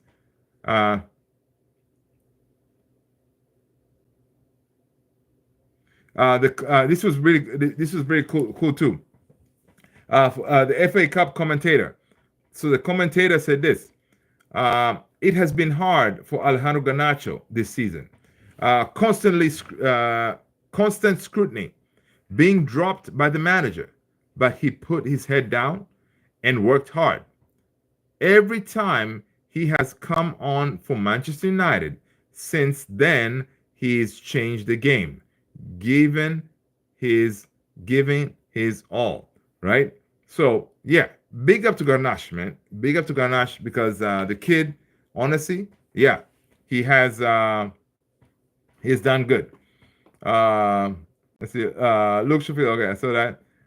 Dennis Irwin was our go-to left. Oh my God, Dennis Irwin. Yes, dude. Oh, classic, man. Classic. Yes. Rexy, you are up there in the age, buddy. You're up there in the age, man. Because not a lot of people go on YouTube and pull up Dennis Law if not Dennis Law, I mean Dennis Irwin, if you don't know what Rakes is talking about. Yeah, man, classic left back. Liam is saying, I was responding to your assertion. Maguire. So okay, gotcha. Okay, cool, Liam, I got you. I should just point out most teams concede from cutbacks. Um, we can be myopic if you don't watch more than. Okay, I see what you're saying. Garnacho puts his work, but Rashford chose not to be. Yeah, and that's another thing too. Yeah, Rashford chose not to, which is pretty crazy, man. Rashford, this is this is your team. You know, you've been playing here since the age of 7. How can you not put in the work? You know, how can you not put in the work, dude? And that's what Ruben Amorim was asked out when that if Rashi goes to Villa and kills it, are you going to feel like, oh, is it because of you? That's why it didn't work out at United? No. Ruben Amorim said no. Sometimes he said, I tried to make him understand the way we play, my tactics and everything, but Rashford could not really take that on board. So no taking that on board. Yeah, he had to let him go. But of course, now Ruben said that now it's his Unai Emery's problem, right? And he can go over there. Maybe he may be able to take on board what Unai teaches and kill it. And that's how life is, you know. So he's not gonna feel bad if he goes over there and kills it. And honestly, I'm not gonna feel bad either because that means he could very well be out of the club by summer. All right, we can get the money, you know, and big up to him if he can do that. Garnacho puts in the work. Rashford, okay. Yeah, Liam is saying the key phrase was when he comes on. Yeah, that's true. I've been watching football since 1990. There you go, man. Dude, you're almost my age, homie. Dude, you're almost my age, man. Because when you said that, yeah, man. Yeah, me too, dude. Me too. You know, I'm past my 40s. I'm still in my 40s, but yeah, I've been watching United, yeah, forever. And yeah, I've seen us at the peak of our powers. So yeah. People, yeah. If you don't know, man, you gotta go and watch the United in those times in the 90s, whatever, where we were at the peak of our powers. We were killing everybody, man. Good times, good times. So now, seeing us to where we are now, it is tough. It is tough because we know our standards. We know these players are not even close to where we're supposed to be, right? So it is frustrating. It is painful, especially imagine those match-going fans who have been going there, just like you, for example, Rexy, going to Old Trafford since then, seeing the glory days, seeing Fergie time, you know, seeing those players, you know, Kino and Giggsy and Bexy doing what they're supposed to do on that field, fighting to the last minute, and then seeing this crap, you know, it is frustrating. Yeah, but I'm optimistic, man. I'm optimistic. I think if Ruben gets back, I think he's that guy, man. I don't know. I think he's that guy who can get us where we need to be because he's stubborn. I know it's weird. Yeah, my reason is because he's stubborn. Okay, he believes in what he believes, and he's not gonna change. And that is something maybe we haven't had before, right? Most of the managers that came before him, they tried to work with the crap that we have, and it didn't work. Erik ten Hag came in with a different system. It didn't work. He changed it to accommodate the players, and look where he is now, sacked. So I like the idea. Ruben is not changing. You know what I mean? Yeah. So let's see. Rex is saying no legends backed Rashford. Yeah. Um, and that shows how legends feel about Rashford. Dude, but Rexy, one thing I can say is those are our legends, right? They never, this is the first time, especially this season, it's the first time they actually went against Rashi. They have always backed him. Like if you go back to Ten Hag season, they never said anything negative about Rashi, right? No, very few maybe they've said something, but they always backed him. But this time around, gloves off. They'll all be like, "Yo, man, he's a disgrace. Why isn't he working hard and all this stuff, right?" Because most of these legends, they did. Some of them saw Rashi coming in as a 70-year-old, right? So they know him. They know this kid. So yeah, it's interesting now seeing them the things they've been saying about him this time around, right? So to me, that kind of showed that okay, yeah, this was really time for Rashi to get the door. All right. Yeah, it was interesting. Rashi saying, but no player was like R9. Oh, dude, Racy, I think you're trying to get in my head. This is not cool, man. Okay, it's not cool, dude. That's what I said, dude. The R9 is, dude, R9. Watching R9, people. If you haven't watched R9, go to YouTube and watch R9's game. R9 was a beast. Rio, when Rio talks about R9, every time he thought about facing him, he had sleepless nights. He had sleepless night thinking about dealing with R9. R9 was a beast. The original Ronaldo, guys. The original Ronaldo. R9. Yeah. People smash that like, man. Hit that subscribe if you haven't done so already, man.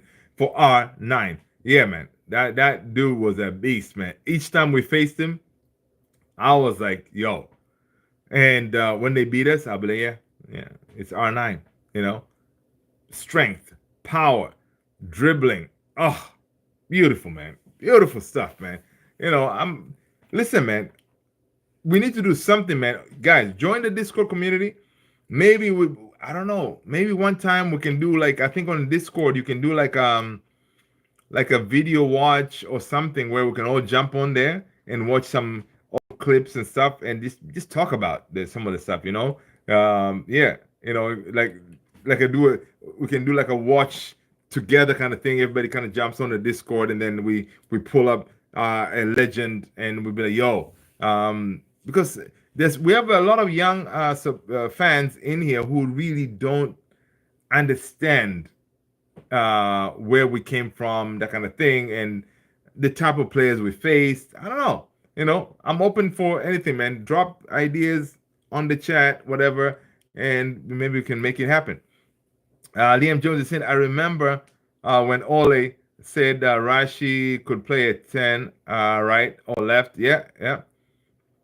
I've seen capabilities, Rashford. It's so sad to see. Yeah, it is. Player like R9. Race the same, but no player like R9. Do you remember the Brazilian Ronaldo days? Yeah. Oh, yeah. Yeah, yeah. It was incredible. Imagine Roy Keane was playing with Rashford. Oh, my God. Kino would kill Rashi in the dressing room. Right?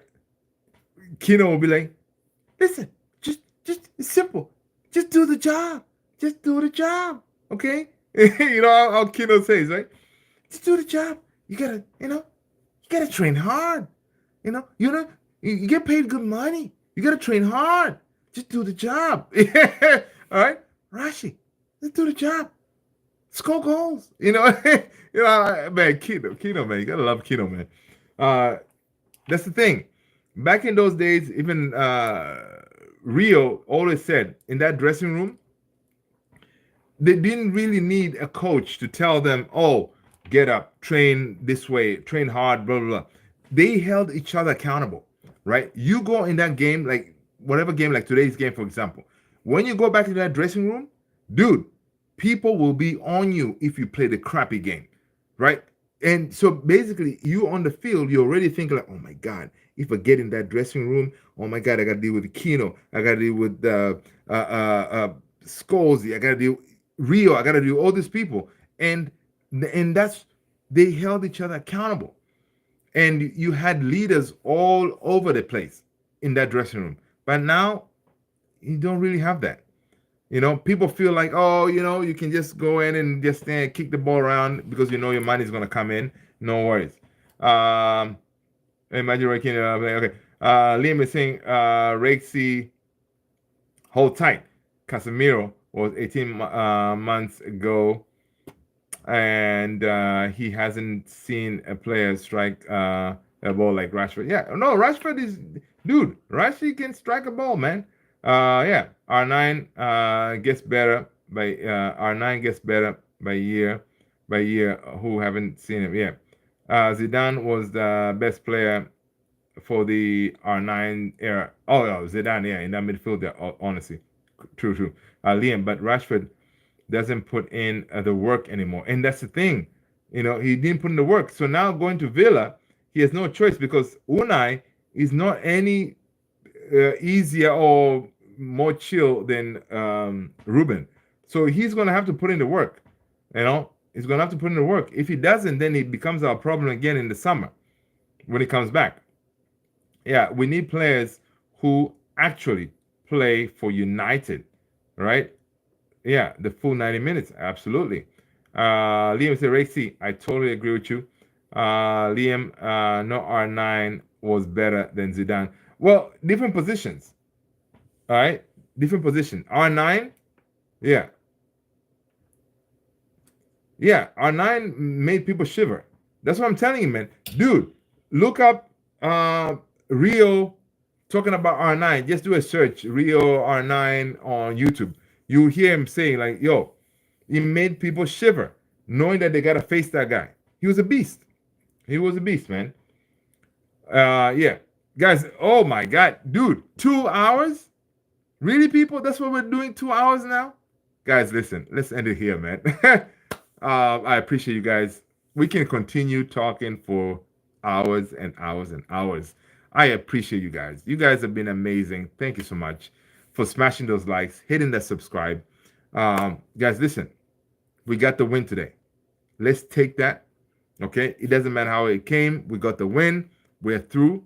All right. We're gonna see who we're gonna be facing. I don't know. Do we do the draw tomorrow to know who we're gonna be facing? Yeah. So we'll figure it out. It doesn't matter, man. Bring on anyone. We're going for this. Because listen, again, FA Cup is our way into Europe via Europa League, right? And if we don't win the Europa League, because if we win the Europa League, that's our path to Champions League football, right? So we have two ways of being in Europe either way. So yeah, we're gonna be going for it. All right, people. United, United, United. Glory, glory, man. United. Rexy, thank you so much. Jacob, thank you so much. People, smash that like, hit the subscribe. All right, people. I will see you on the next one tomorrow. Peace out, people. All right. Tomorrow, I'm thinking of doing the Madrid derby, where Real Madrid take on Atletico Madrid. That's a good game. So, guys, listen. Hit that notification bell. That way you can jump on when we are live. All right, people. Take care of yourself. Peace out.